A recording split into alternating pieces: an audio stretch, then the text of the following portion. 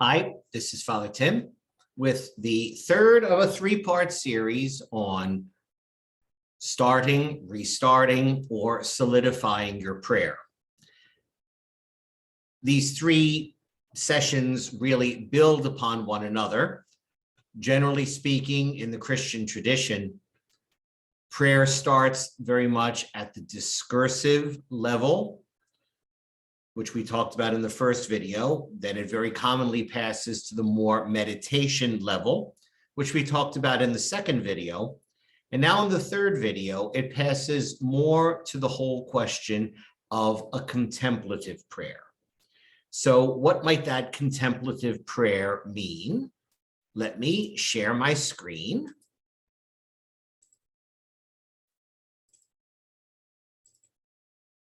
And I will walk you through it. Again, solidifying a personal prayer life from meditative prayer to contemplative prayer. Now, at some point, if you've been practicing meditation for a while, if you've been practicing prayer for a while, the Spirit will be nudging you towards more contemplative prayer of some kind. Again, I'll repeat the same warning. This can mean adding more time for prayer, or this could mean substituting a newer form of prayer for an older one.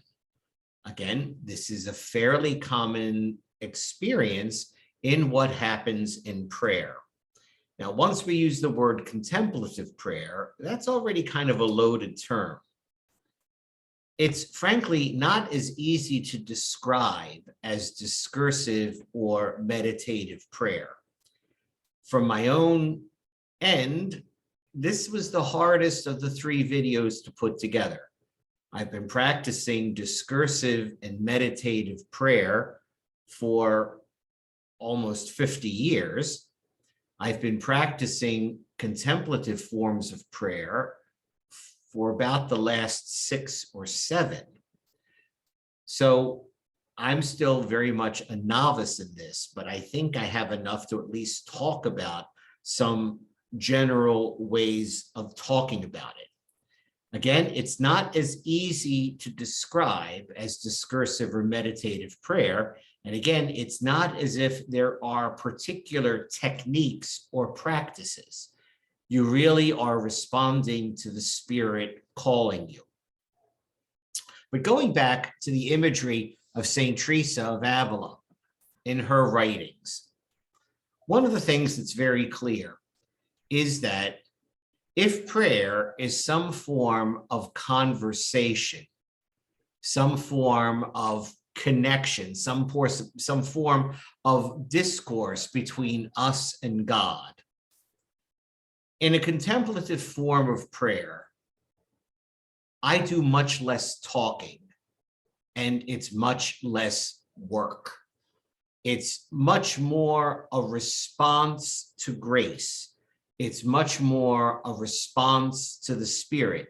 It's much more, frankly, just a willingness to sit in silence with God. I'm told that married couples, after many, many years of marital love, are quite capable of sitting in silence with one another, where neither really feels the need to speak or to be heard, but both feel a very deep level of contentment just simply in being there with the beloved. That gets close to where this form of contemplative prayer is. Another image that comes directly from Teresa of Avila is if you've ever been camping and you go and use one of those water pumps. You generally know that, especially if that campsite hasn't been used for a while, you have to prime that pump, and it takes some effort to pump it up and down, pump it up and down, pump it up and down, pump it up and down. But once it's been primed, the water flows very freely on its own. That's another image of the way in which this contemplative prayer seems to move. Now, it's also true that two practices in our spiritual life can predispose us towards this. And those two practices would be mindfulness and silence. So let's take a look at these two.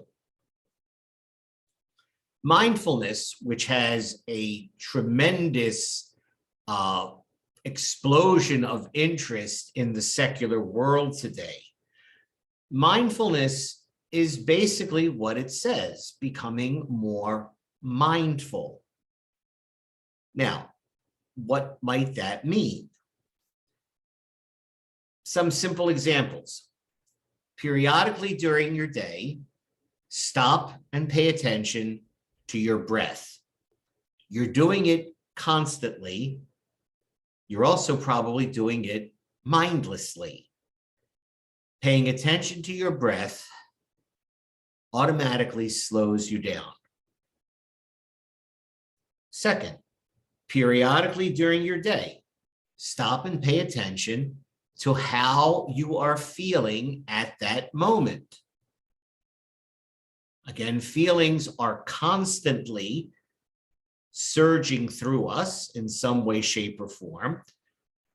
Many of the times we don't pay any attention to them until they get very strong or very violent at times.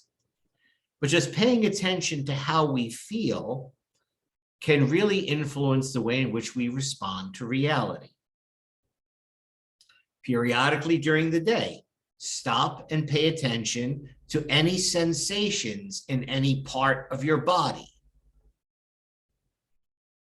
How often does it occur that we're sitting too long and we're not aware of what that is doing to our posterior?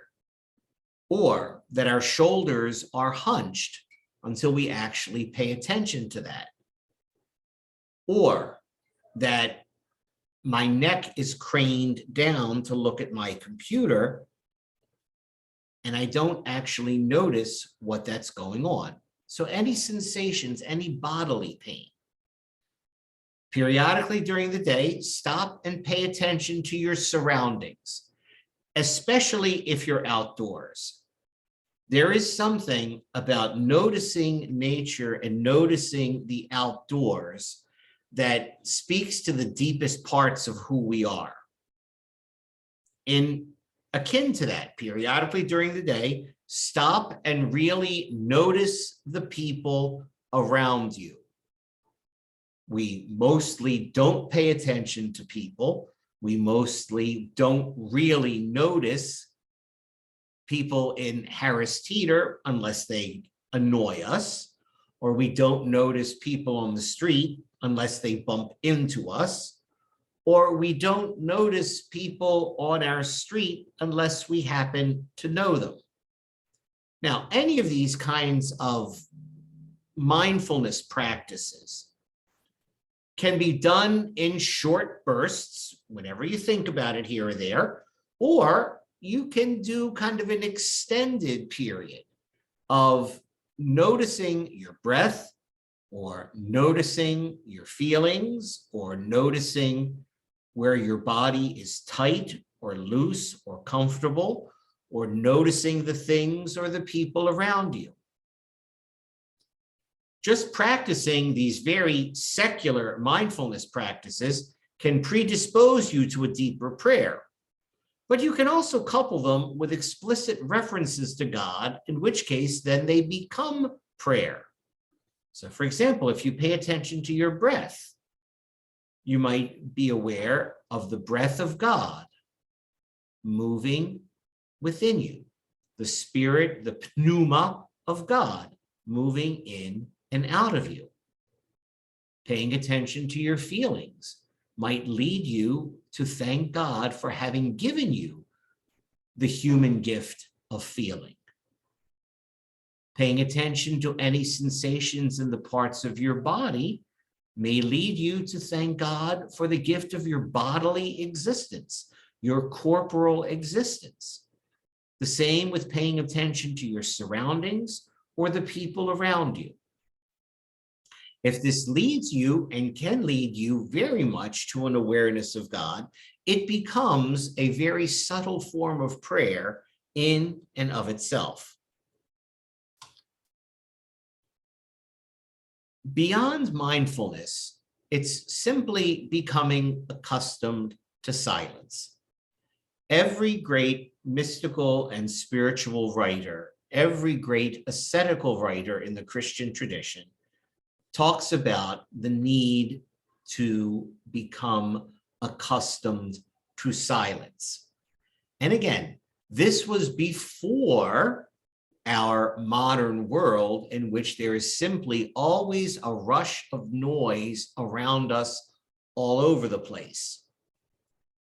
Think of how hard it is for documentary film and video producers to find quiet places to hear the sounds of nature without hearing the backdrop sounds of a jet or of a truck or of a human car horn, or increasingly the ring of a cell phone. So become accustomed to silence. Consciously turn off TV, radio, and background sound. Many of us are so accustomed to always having background sound that the very notion of silence is frightening. Secondly, consciously unplug from social media and the digital world for specified amounts of time, and these will probably increase. Again, just think of how often, how many times a day we are checking messages, cell phones, alerts, reports, responses, etc. There's this constant cacophony of noise and alerts that simply happen to us. The third is any of these mindfulness techniques that I just described, if you pay attention to them and you try to stay with them for a little bit, you'll realize that there is an incessant inner chatter going on in everybody's head. And once we're aware of that, then we can take some steps to calm ourselves down and become accustomed a little bit more to silence. How can we pray in silence? 3 simple techniques. Take slow, meditative walks, not to get anywhere, not to build up your cardiovascular pace, not to break the 3-minute mile or anything else, just slowly walk. Spend some time gazing at a candle, a fireplace, a fire pit, or a bonfire. There's something very primal and human for us with fire. Spend some time gazing at a crucifix, at a statue, at an icon, or at a sacred picture. And while you're doing any of these things, be aware of the chatter that's going on in your head and don't get caught up in it. Once again, return your attention to the candle, to the crucifix, to the statue, or just clear your mind and pay attention to walking. Any of these praying forms in silence can predispose you to a little bit more of this contemplative prayer. Generally, this contemplative prayer goes by the Greek word apophatic. Apophatic is just a very fancy theological word that talks about imageless prayer. This is a prayer form in which you methodically and consciously empty your mind. by emptying your mind of thoughts and imagery, the theory and the understanding is that you can catch glimpses of grace, catch glimpses of God at the very center of your being, where God dwells, as does the grace of baptism. So we kind of tap into this grace that was given us in the baptismal font how many decades ago. This also means consciously ignoring any imagery or thought, no matter how spiritual it might appear. Again, not that any of these imageries or thoughts are in themselves bad, but in this apophatic form of prayer, we simply do not trust in any of these images or thoughts, and we try to keep ourselves centered and open to God without the mediation of any of these things. To put it another way, we try fitfully to come to the place where I can meet God in silence. Now, some people might feel that this is basically just a narcissistic narcissistic exercise. But again, think about it.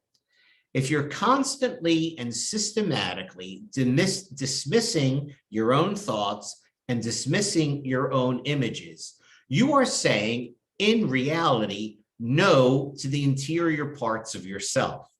In which case, this is a pretty self-sacrificing exercise. Secondly, this is sometimes dismissed as feel-good, me and God.